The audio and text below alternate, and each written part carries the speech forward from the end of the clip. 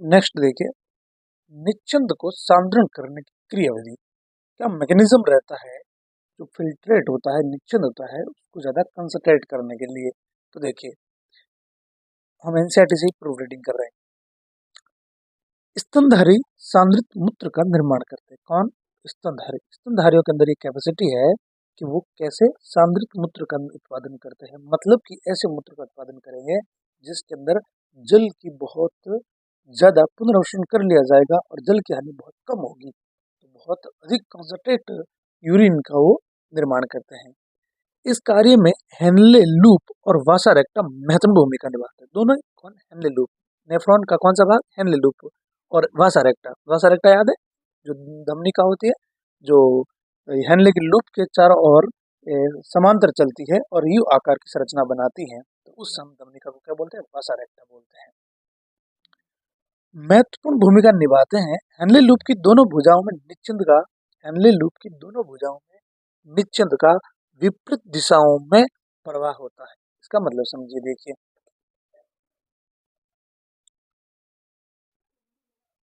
ये देखिए, हेनले का लूप है, ये हेनले का लूप है। इस हेनले के लूप में देखो, ये कौन सी भुजा हो गई? अवरोही भुजा। इस अवरोही भुजा के अंदर तो निश्चिंद जा रहा है, इस दिशा में नीचे की ओर जा रहा है, ठीक है। और ये आरोही भुजा है, इसके अंदर निश्चिंत कहाँ जा रहा है? ऊपर जा रहा है।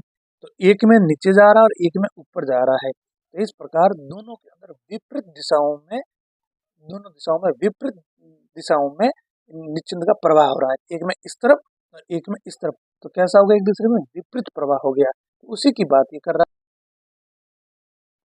तो तो हेनले लूप की दोनों भुजाओं में निश्चिंत का विपरीत दिशाओं में प्रवाह होता है। समझ गए बात को? जिससे प्रतिधारा उत्पन्न होती है। प्रतिधारा का क्या मतलब? प्रति मतलब कि एक दूसरे के उल्टा, विपरीत, और धारा यानी प्रवाह, यानी एक दूसरे के विपरीत प्रवाह को हम क्या बोलते हैं? प्रतिधारा। तो इस कारण से हेनले के लूप में प्रतिधारा उत्पन्न होती है, यानी कि दोनों दिशाओं, दोनों हेनले के लूप के अंदर दोनों भुजाओं में विपरीत दिशा में प्रवाह होता है। वासा रेक्टा की दोनों भुजाओं में रक्त का प्रवाह भी प्रतिधारा प्रतिरूप में होता है। जो वासा रेक्टा की दोनों भुजाएं होती हैं, उनमें भी प्रवाह कैसा होगा? प्रतिधारा ही होगा। देखिए समझिए, यहाँ पर हमने ये बनाई है वासा रेक्टा, वासा रेक्टा बनाई है, ये वासा रेक्टा हो गई। तो इस वासा रेक्टा में देखो, इसके अंदर तो प्रवाह हो रहा है नीचे की ओर और इसमें हो रहा है ऊपर की ओर। तो इस प्रकार इन दोनों में भी क्या होता है? विपरीत दिशा में प्रवाह होता है। तो इस प्रकार से वासा रेक्टा में भी प्रतिधारा उत्पन्न होती है। हेनले लूप व वासा रेक्टा के बीच की नजदीकी तथा उनमें प्रतिधारा मध्यांशी अंतराकाश के प्रसरण दाब को विशेष प्रकार से नियमित करती है। देखो सुनिए ध्यान से बात को। हेनले लूप व वासा रेक्टा के बीच की नजदीकी दोनों कहाँ होती है? बहुत नजदीक होती है। देखो क्या नजदीक होती है, देखिए, ये हेनले का लूप की कौन सी भुजा हो गई? अवरोही भुजा। और ये हो गई आरोही भुजा, ठीक है। ये है अवरोही भुजा और ये है आरोही भुजा। ये हैंड लेग लूप की है। और यहाँ पर देख थोड़े डार्क कलर में जो बनाई है, वो क्या है? रक्त केशिका है, रक्त नलिका है, ठीक है। तो ये देखिए, अपवाहित धमनिका निकल रही है। अपवाहित धमनिका निकलने के बाद में ये हैंडले के लूप के चारों ओर इस प्रकार से वक्रित हो जाती है, उसके चारों ओर लिपट जाती है। किसके? हैंडले के लूप के चारों ओर लिपट जाती है। तो देखो कहाँ से प्रारंभ हो रही है ये अपवाहित धमनिका? यहाँ से। ये कौन सा भाग है? ये देखिए, यहाँ से होती हुई आ जाती है यहाँ पर। ये कौन सा भाग है? आरोही भुजा। तो ये पहले कहाँ आ रही है? आरोही भुजा। फिर आरोही भुजा से होती हुई कहाँ जा रही है? ये अवरोही भुजा की तरफ। यानी अवरोही भुजा इधर से आ रही है और इधर जा रही है, ठीक है। हैंडले का लूप तो इधर से आ रहा है, नेफ्रॉन की नलिका है जो है वो इधर से आ रही है, पहले ये आ रही है और फिर इधर जा रही है हैंडले का लूप। लेकिन ये जो रक्त नलिका है जिसमें वासा रक्त आती है, वो कहाँ से आ रही है? वो आ रही है आरोही भुजा से आ रही है और अवरोही भुजा की तरफ जा रही है। ठीक बात है। तो यानी एक दूसरे के उल्टी है। देखिए, तो हैंडले के लूप में तो प्रवाह होगा इस दिशा में, ये अवरोही भुजा के तरफ नीचे उतरेगा और आरोही भुजा में ऊपर चढ़ेगा। और जबकि इसमें वासा रक्टा में क्या होगा? वासा रक्टा में इस भुजा में तो जो नीचे है वो नीचे उतरेगा, रक्त है वो नीचे उतरेगा। समझ रहे बात?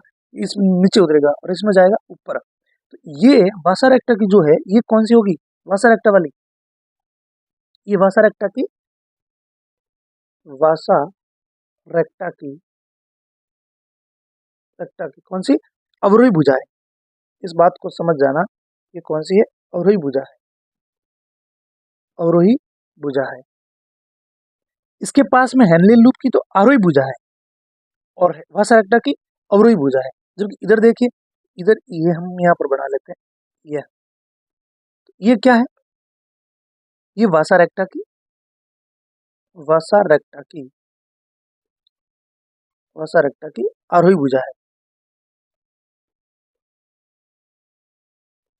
समझ गए। तो ये वासा रेक्टा की आरोही भुजा और इसके पास में कौन है, हेनले लूप की अवरोही भुजा, एक दूसरे की उल्टी है। समझ रहे बात, क्लियर है। तो ये लिख रहा है कि हेनले लूप वासा रेक्टा के बीच की नजदीकी, दोनों बहुत पास पास होती है, बिल्कुल साथ साथ चलती है, तथा उनमें प्रतिधारा, दोनों में क्या होती है, प्रतिधारा एक दूसरे के विपरीत चलती है। मध्यांशी अंतराकाश, मध्यांश यानी मेडुला का जो अंतराकाश है, यानी उसका मेडुला का जो उत्तक है, तो मध्यांशी अंतराकाश के प्रासरण दाब को विशेष प्रकार से नियमित करती है। मध्यांशी अंतराकाश के प्रासरण दाब को विशेष प्रकार से क्या करती है, ये नियमित करती है। देखिए भाई, देखो जो मध्यांशी अंतराकाश है, वहां के जो उत्तक हैं और जो हेनले लूप के अंदर जो द्रव्य है, इनके बीच में संतुलन बना रहना चाहिए, प्रासरण दाब बना रहना चाहिए। तो इस बात का नियमन हेनले लूप और ये वासा रेक्टा दोनों मिलकर करती है। कैसे करते हैं अभी हम थोड़ा समझेंगे। प्रासरण दाब मध्यांशी के बाहरी भाग से भीतरी भाग की ओर लगातार बढ़ता जाता है। क्या कह रहा है, प्रासरण दाब मध्यांश के बाहरी भाग से भीतरी भाग की ओर लगातार बढ़ता जाता है। तो देखिए एक बार हम वापस उसी को देखते हैं। ये जो भाग है मेलपिगियन बॉडी का, जिसमें ब्रह्मोस इनपुट और ग्लोमेरुलस आता है, ठीक है, ये जो भाग है ये तो होता है कॉर्टेक्स की तरफ होता है, कॉर्टेक्स की तरफ, है ना। और ये पीसीटी और डीसीटी का भाग भी कहाँ होता है, कॉर्टेक्स में होता है। और हेनले का लूप कहाँ होता है, मेडुला के अंदर होता है। ये कहाँ होता है, मेडुला में होता है। तो ये कह रहा है कि मेडुला का बाहरी भाग कौन सा होगा, कॉर्टेक्स की तरफ बड़ा, वो वाला बाहर होगा। तो इधर ये बाहरी भाग जहां से ये हेनले लूप प्रारंभ हो रहा है, ऊपर से यहाँ प्रारंभ हो रहा है, तो ये तो हो जाएगा हेनले लूप का, सॉरी, मेडुला अंतराकाश का बाहरी अवकाश, बाहरी अंतराकाश। और ये हो जाएगा आंतरिक अंतराकाश। ये कह रहा है कि बाहरी अंतराकाश से भीतरी अंतराकाश की ओर जाने पर, मध्यांश के बाहरी भाग से भीतरी भाग की ओर जाने पर प्रासरण दाब बढ़ता है। इधर जाने पर प्रासरण दाब बढ़ता है, इसका अंतराकाश का दाब बढ़ता है।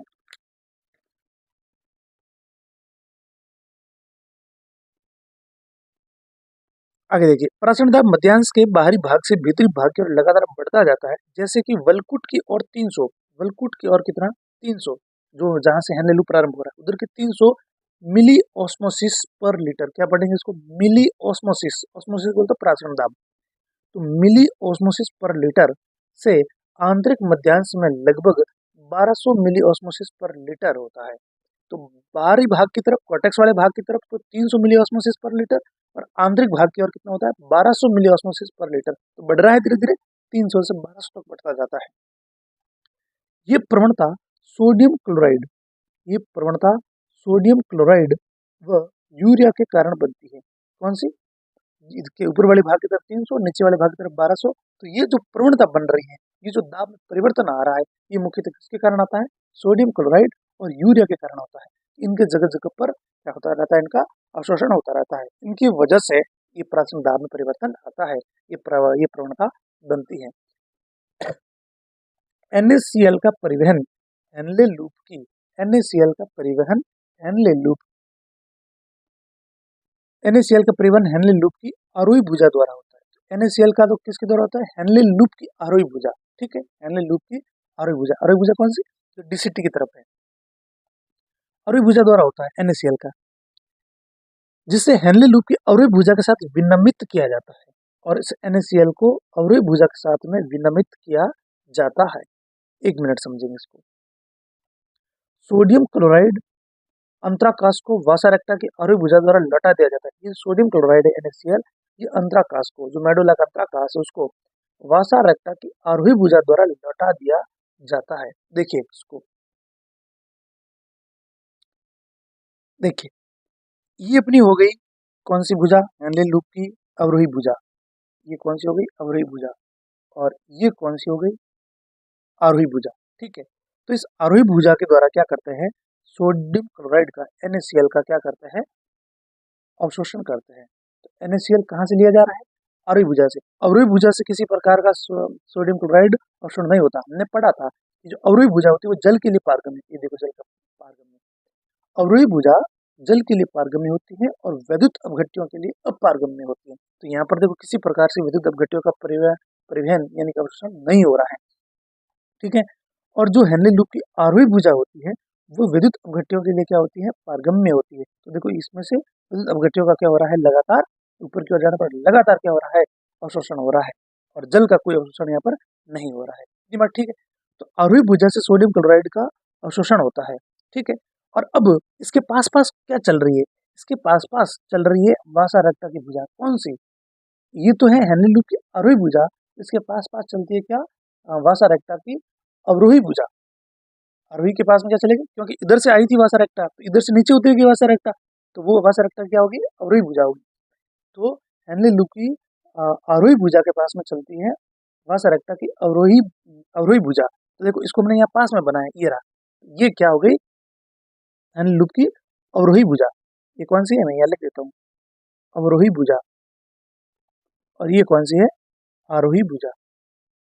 ठीक है, तो ये देखो नीचे उतर रहा है, नीचे उतर रहा है। तो देखो जब यहाँ से सोडियम क्लोराइड अवशोषित होंगे तो वो कहाँ जाएंगे, वो चले जाएंगे सीधा वासा रक्ता में। हेनली लूप की इस भुजा से निकले और इसके पास में चल रही कौन, वासा रक्ता की भुजा, तो वो सोडियम क्लोराइड सीधा चला जाएगा कहाँ पर, इस वासा रक्ता में। देखो ये बनाया गया, ये बनाया गया कि इस हेनली लूप की आरोही भुजा सोडियम क्लोराइड निकला और वो चला गया कहाँ पर, वासा रक्ता की अवरोही भुजा, यहाँ चला गया।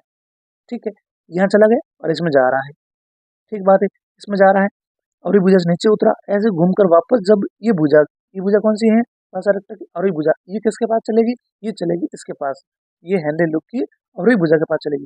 तो जब वासा रक्ता इसके पास से गुजरती है तो वो वासा रक्ता क्या करती है, सोडियम क्लोराइड को यहाँ छोड़ देती है, सोडियम क्लोराइड को पुनः यहाँ पर छोड़ देती है। बात में आ रही है, सोडियम क्लोराइड को पुनः यहाँ पर छोड़ रही है, यहाँ पर हेनली लूप की ये अंतराकाश में। ठीक बात है, तो पुनः यहाँ पर जो वासा रक्ता है वो यहाँ पर छोड़ देती है। क्लियर बात है, इस प्रकार से ये सोडियम क्लोराइड का विनमित होता है, विनमयन होता है। तो समझ में आ गई बात कि भाई सोडियम क्लोराइड जो हेनली लूप से बाहर निकला था वो हेनली लूप को पुनः मिल गया। पुनः कैसे मिला, पुनः कैसे मिला, आरोही भुजा से तो निकला और वापस इस अवरोही भुजा में आ गया। तो इस प्रकार से सोडियम क्लोराइड के अंदर सोडियम क्लोराइड का जो सोडियम क्लोराइड का आरोही भुजा और अवरोही भुजा के बीच में विनिमयन होता है। किसके सहायता से होता है, वसा रक्ता की सहायता से होता है। समझ आगे बात।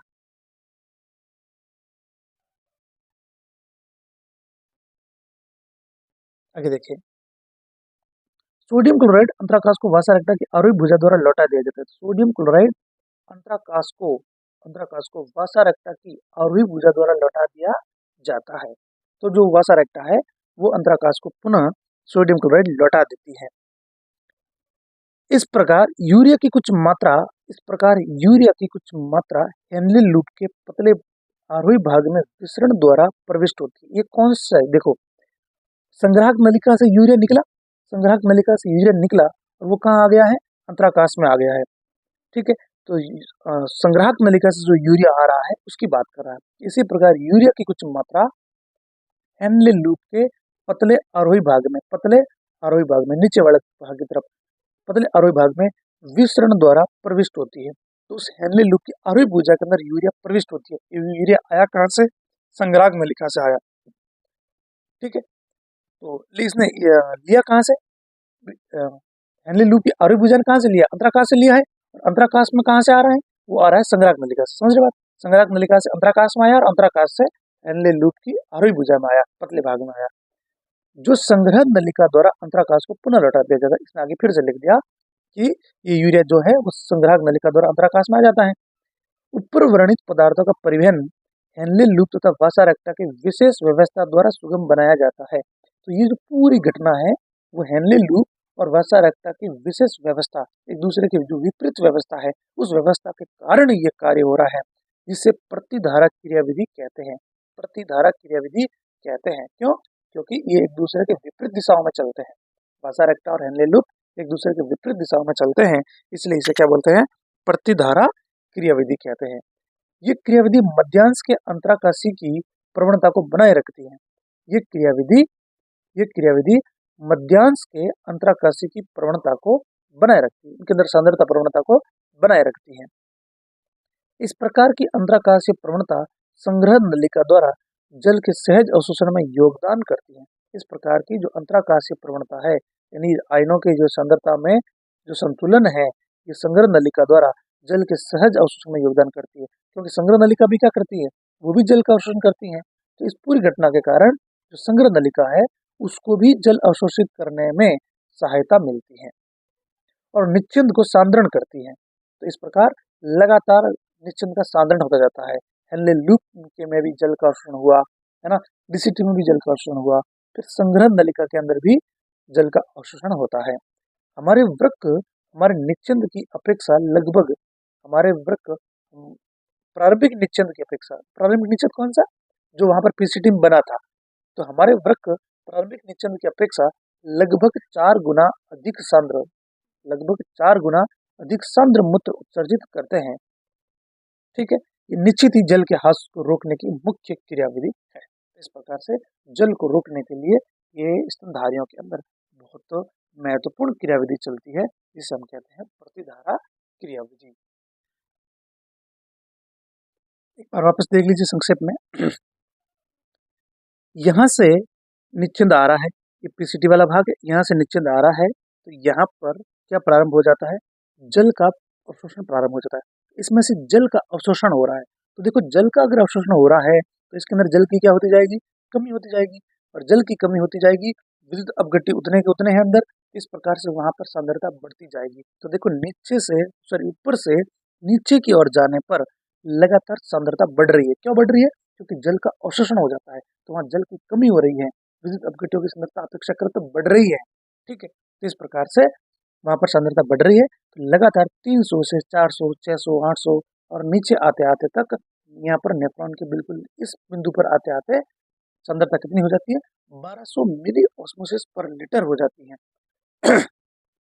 ये देखिए, यहाँ पर इसको ऐसे कर दीजिए, ये जो है एक नहीं है, ये बीच में ऑब्लिक है कि 1200 मिली ऑस्मोसिस पर लीटर, सब जगह ये ऑब्लिक ही होगा, 900 मिली ऑस्मोसिस पर लीटर होगा। ठीक है, तो इस प्रकार सांद्रता बढ़ रही है, यहाँ बढ़ गई। अब वापस देखो, कम क्यों हो रही? क्योंकि यहाँ से जब ऊपर जा रहा है तो अब यहाँ पर जल का कोई परिवहन नहीं हो रहा, जल का अवशोषण नहीं हो रहा है। यहाँ पर किसका होगा? विद्युत अपघट्यों का।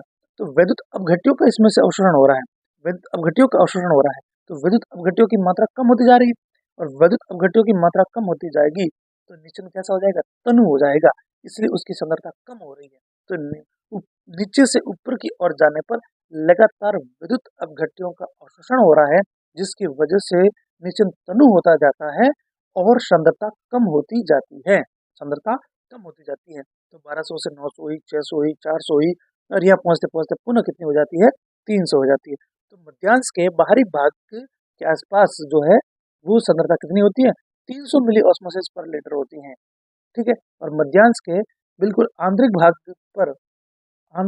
पर कितनी होती है? सबसे आंतरिक भाग की तरफ कितनी होती है? 1200 मिली ऑस्मोसिस पर लीटर होती है। ठीक बात है। तो इस प्रकार से ऊपर की ओर कम होती है सांद्रता और नीचे की ओर सांद्रता ज्यादा होती है, और वजह समझ में आ गई कि जल का अवशोषण या अपघट्यों के अवशोषण के कारण ये सांद्रताओं में परिवर्तन आ रहा है। ठीक है, तो ये हो गई हमारी सांद्रण, निश्चिंद को सांद्रण करने की क्रियाविधि। आज के लिए हम इतना ही। अगर आगे आप वृक्क क्रियाओं का नियमन भी समझना चाहते हैं तो कमेंट में लिखना, हम इसके लिए क्लास लेकर आएंगे जिसमें एनसीईआरटी की प्रूफ रीडिंग करेंगे हम लोग। और अगर आप पूरा डिटेल से एक्सप्लेनेशन चाहते हैं तो भी आप कमेंट बॉक्स में लिख सकते हैं। तो चलिए, आज के लिए इतना ही। बहुत बहुत धन्यवाद आपका।